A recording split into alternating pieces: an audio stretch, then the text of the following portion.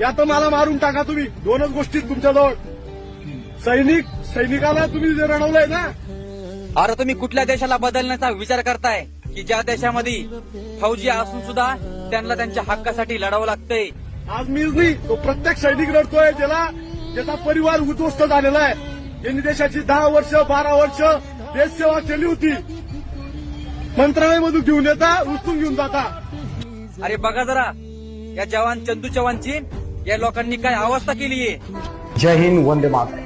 मैं जवान चंदू चौहान, मैं वही सैनिक जिसको युद्ध के भूमि में तो छोड़ दिया था, पर अब न्याय की भूमि में अकेला छोड़ दिया है.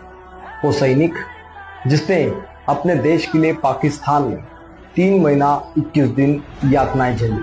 वो सैनिक जिसने देश की 11 साल सेवा की, पर क्या उसको 11 साल का फल ये मिलता है कि वो